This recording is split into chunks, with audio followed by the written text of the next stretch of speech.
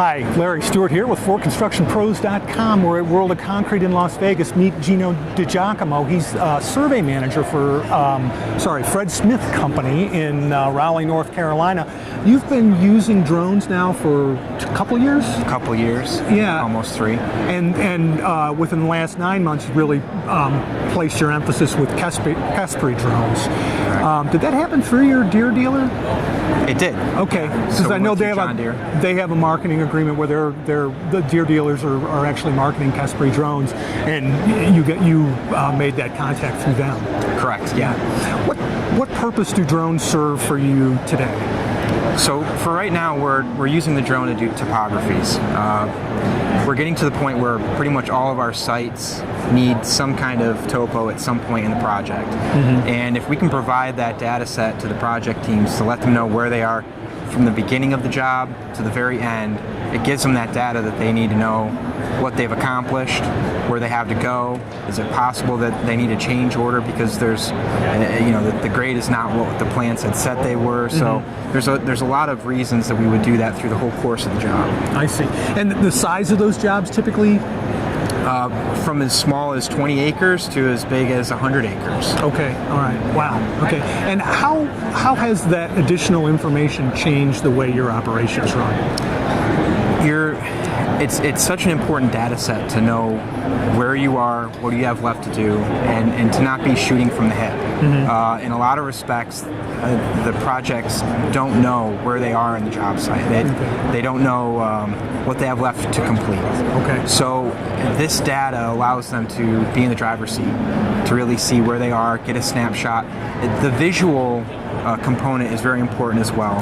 To really get an idea of where is the earthwork taking place, where are we moving things, from one side to the other. Mm-hmm. It allows you to manage the job. You can manage it from the office, because a lot of these guys don't have the time to be in the field.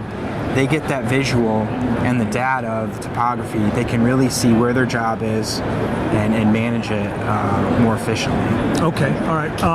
And I get the sense that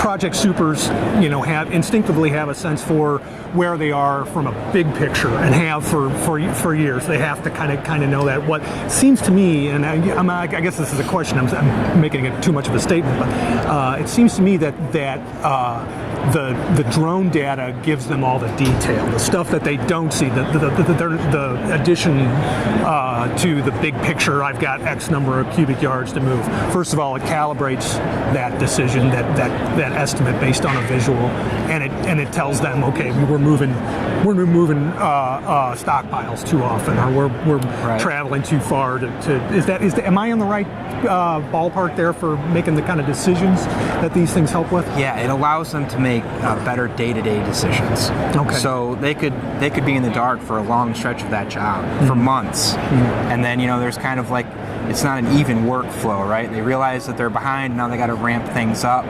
With this, through the whole course of the job where you are.